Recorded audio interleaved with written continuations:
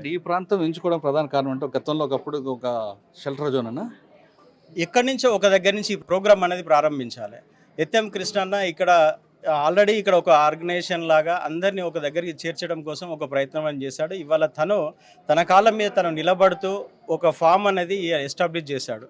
ఈ ఫామ్లో అందరినీ పిలిచి ఆత్మహత్యలు చేసుకోకూడదు, మనం ధైర్యంగా ఉండి మన కాళ్ళ మీద మనం నిలబడాలని చెప్పేసి ఒక ప్రోగ్రామ్ను చేపట్టాడు.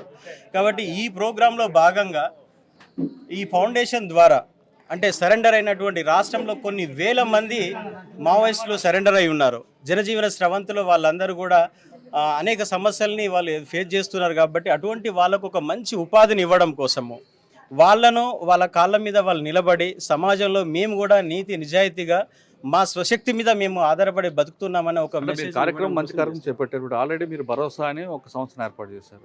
అంటే అక్కడ ఉన్న వనరులతో అంటే స్వచ్ఛందంగా పనిచేయడం, స్వచ్ఛంగా చేయడం అనేది ఆ కార్యక్రమం ఎంత సక్సెస్ అయింది, దాంట్లో వీళ్ళు ఏ విధంగా భాగస్వామ్యం కాబోతున్నారు? ఇప్పుడేనండి అది నా సొంతంగా నేను ఏర్పాటు చేసుకున్నటువంటి ఫ్యాక్టరీ. అది ఆ సంస్థలో నేను ఇప్పటికీ ఒక 6 ఏళ్ల నుంచి నేను నా ఉత్పత్తులను నేను మార్కెట్లో విక్రయిస్తున్నాను. అది కొంచెం వెల్ సెటిల్ అయిపోయింది. ఇప్పుడు నేను బ్రతకడం కాదు, నాతో పాటు నా తోటి వాళ్ళు కూడా బతకాలనే ఒక కాన్సెప్ట్ నుంచి నేను ఈ సరెండర్ అయి ఉన్నటువంటి ప్రతి వాళ్ళను కూడా ఒక సహకార సొసైటీ లాగా, ఇప్పుడు ములకనూరు డైరీ ఉంది, కొన్ని వేల మంది రైతులు దాంట్లో ఉండేసి ఒక సహకార సంస్థగా ఏర్పడి వాళ్ళు జీవనోపాధి పొందుతున్నారు.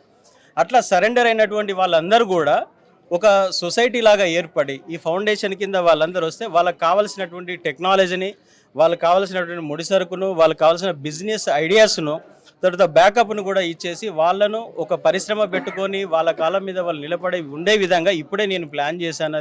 అది ఇక్కడి నుంచి ఆ కార్యక్రమాన్ని చేయడం నాకు చాలా సంతోషంగా ఉంది. దానికి కృష్ణన్న చాలా తోడ్పాటును అందించాడు. అవకాశాలు వీళ్ళ అవసరాలు ఏ విధంగా మీరు ఒక్కొక్కరిని ఐడెంటిఫై చేస్తారు?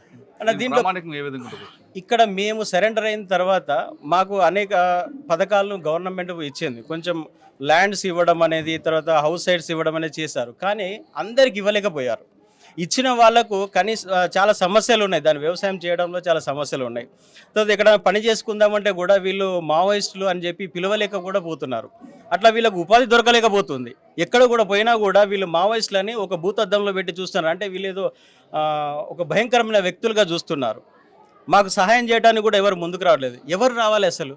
మా జీవనోపాధి ఏందనే విషయంలో ఎవరు సరిగా పట్టించుకోలేని పరిస్థితి. ఏ రాజకీయ నాయకుడు కూడా మా దగ్గర రావాలంటే వీళ్ళు మావోయిస్టులని ఒక భయంతో వాళ్ళు రాలేకపోతున్నారు.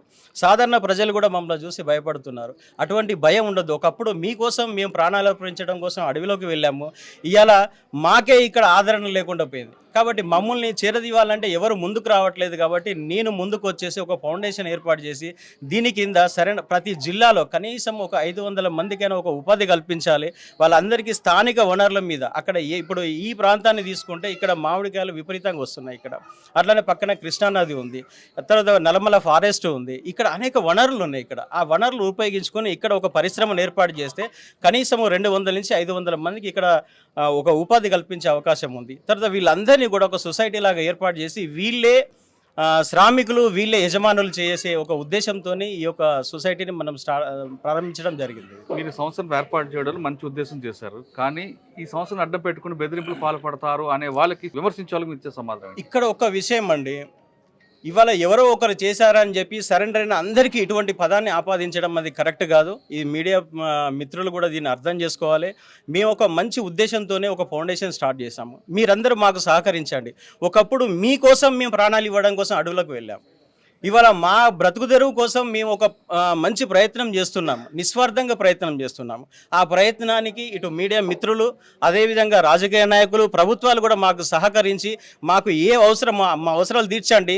ఈ సొసైటీలో మేము అంటే ఏందో అంటే నిజాయితీగా బతకడము, 10 మందికి ఉపాధి కల్పించడం ఎట్లా ఉన్నది అది మేము చేసి చూపిస్తాము. ఇప్పుడు మీరు మహబూబ్నగర్లో స్టార్ట్ చేస్తారు ఈ కార్యక్రమం. దీని తర్వాత ఇది రాష్ట్ర వ్యాప్తంగా ఎక్కడెక్కడ విస్తరిస్తారు? ఇది ప్రతి జిల్లాలో ఈ ప్రోగ్రాం ఉంటుందండి. ఇక్కడ దాదాపు ఒక 150 మంది వరకు ఇక్కడ వచ్చారు. ప్రతి జిల్లాలో ఈ ప్రోగ్రాం ఉంటుంది.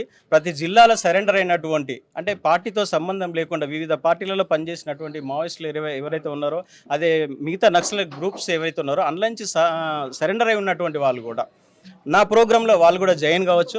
జాయిన్ అయితే వాళ్ళకి అందరికీ నా నుంచి వచ్చేటువంటి సపోర్ట్ అంటే నా దగ్గర టెక్నాలజీ ఉంది, బిజినెస్ చేసేటువంటి కొత్త ఐడియాస్ నా దగ్గర ఉన్నాయి. తర్వాత మార్కెట్ స్ట్రాటజీ నా దగ్గర ఉంది, ఫైనాన్షియల్ సపోర్ట్ నా దగ్గర ఉంది.